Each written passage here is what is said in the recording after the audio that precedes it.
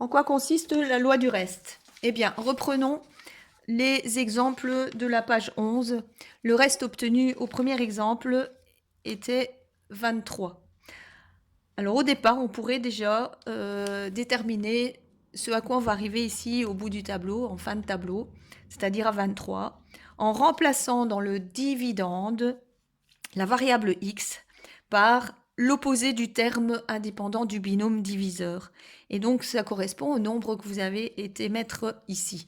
On avait divisé par x plus 3, on a donc repris ici l'opposé de plus 3, moins 3. Et bien ici, on va donc remplacer le x dans le dividende par la valeur moins 3. Donc, on écrit a de moins 3 égale, donc x cube, donc moins 3 au cube. On n'oublie pas de mettre les parenthèses puisque le cube porte sur un nombre négatif. Plus 3x carré, donc plus 3 fois moins 3 au carré. Moins 7x, donc moins 7 fois moins 3, plus 2. On calcule les puissances d'abord. Moins 3 au cube, moins 27. Plus 3 fois 9, la réponse de moins 3 au carré est un positif puisque l'exposant est pair. 3 fois 9, 27, donc plus 27. Moins 7 fois moins 3, plus 21, plus 2. On arrive donc à 23. Les deux termes opposés s'annulent. 21 plus 2, 23. Ce qui correspond bien au reste que nous avions obtenu dans le premier exemple. Alors faisons de même dans le deuxième exemple. Nous devons obtenir 1 en remplaçant donc la variable x cette fois par 2.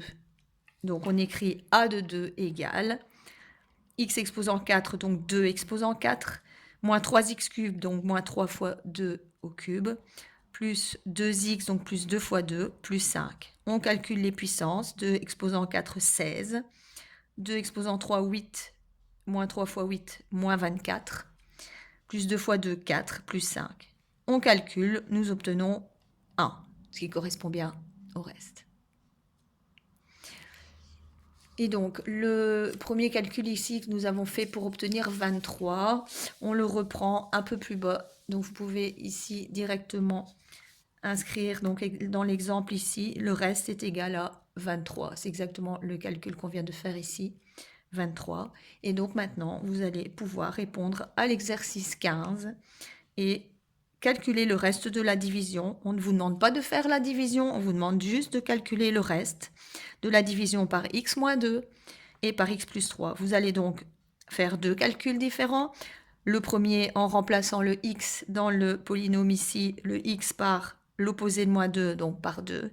Et ensuite, refaire un calcul en remplaçant x par l'opposé de 3, donc remplacer x par moins 3.